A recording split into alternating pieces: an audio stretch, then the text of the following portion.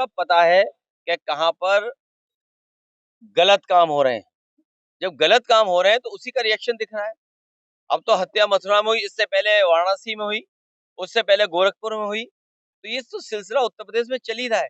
बेटियां सुरक्षित हैं, महिलाएं सुरक्षित हैं। क्या कानपुर में नहीं एक बेटी की हत्या हुई? लखनऊ में नहीं हत्या हो रही? गोरखपुर में नहीं मारा गया? क्या वाराणसी काशी में प्रधानमंत्री जी के क्षेत्र में नहीं मारा गया, हत्या हुई? और अब मथुरा में सुनने को मिल रहा है। जब पुलिस से काम दूसरा लोगे, आप पुलिस से आप ये काम लोगे कि पॉलिटिकल लोगों को परेशान करो, पॉलिटिकल लोगों पे मोर्चे में लगाओ, तो पुलिस आराम से सोएगी? पुलिस अपना काम थोड़ी करेगी। पुलिस बीजेपी का काम कर रही है, इसलिए पुलिस अपना काम नहीं कर रही है। अगर पुलिस अपना काम करे और बीजेपी काम ना करे तो बीजेपी की सरकार भी गिर जाएगी। इसलिए पेट्रोल नहीं, डीजल भी, और लापता गैस हो गई एलपीजी। इसलिए लाल सिलेंडर जो लिए घूमते हैं लोग, लाइन में लगे हुए हैं, रातों रात रखते हैं लाइन में, और दिक्कत आने वाली है। इसलिए कंडा, कोयला, लकड़ी, चूल्हा, अंगीठी, स्टोव और बिजली से चलने वाला जो खाना बनाता है प्लेट, वो खरीद लो।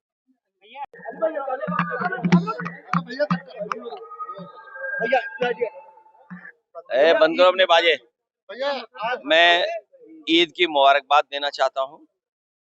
जहाँ ईद का त्योहार हम खुशियों के साथ मनाते हैं, एक दूसरे से गले मिल करके मनाते हैं। हमारे देश की संस्कृति ये रही है कि हम सब त्योहार मिलजुल करके मनाते हैं। अभी कुछ दिन पहले होली का त्योहार बड़ी खुशियों के साथ मनाया गया।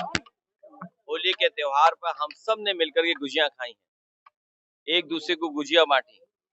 वही ईद पर हम एक दूसरे को जहाँ बधाई देते हैं, एक दूसरे को मुबारकबाद देते हैं, वहीं सिमैया खा करके भी एक दूसरे को मुबारकबाद देते हैं।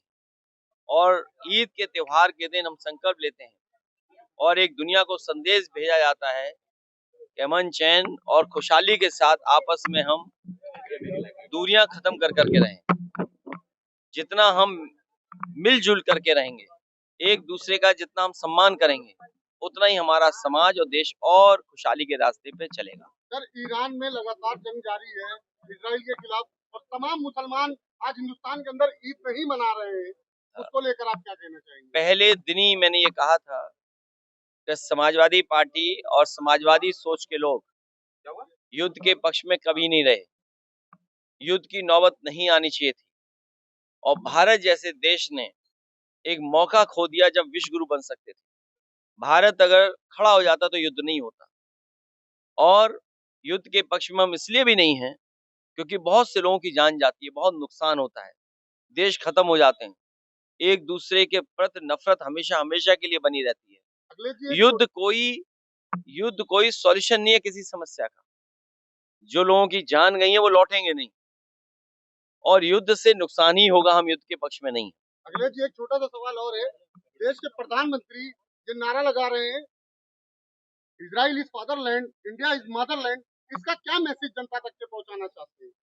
देखिए, हमारे भारतीय जनता पार्टी के लोग कुछ नहीं जानते। भारतीय जनता पार्टी के लोग कुछ नहीं जानते हैं। वो केवल नफरत फैलाना चाहते हैं और हर परिस्थिति का राजनीतिक लाभ लेना चाहते हैं।